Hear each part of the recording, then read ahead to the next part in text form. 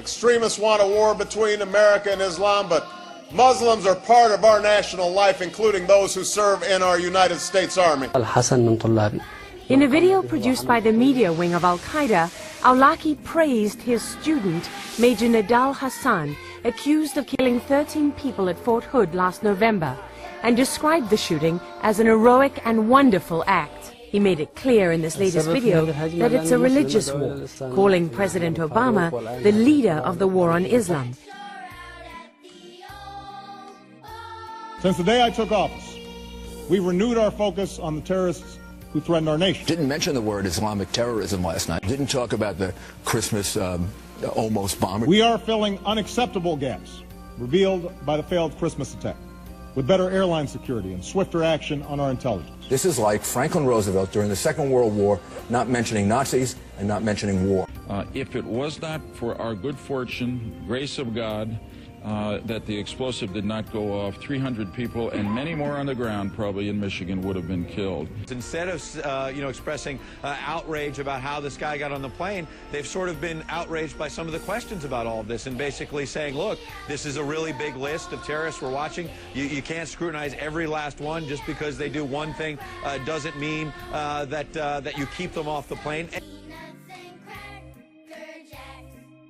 1 month after driving a car bomb into the heart of Manhattan, Faisal Shahzad has emerged as the face of a new threat, the hybrid terrorist.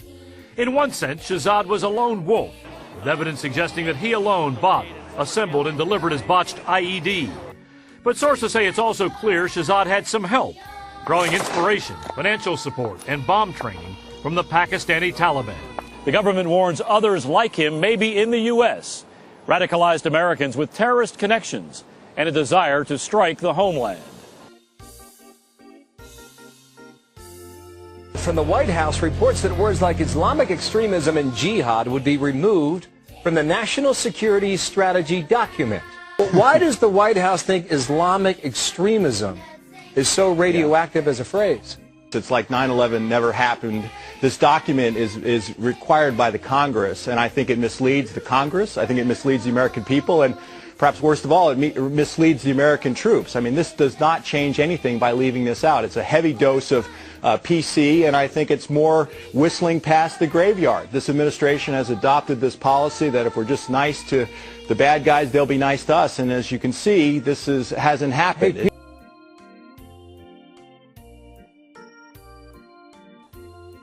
So let me say this as clearly as I can. The United States is not and will never be at war with Islam. We will listen carefully, we will bridge misunderstandings, and we will seek common ground. We will be respectful even when we do not agree. We will convey our deep appreciation for the Islamic faith, which has done so much over the centuries to shape the world.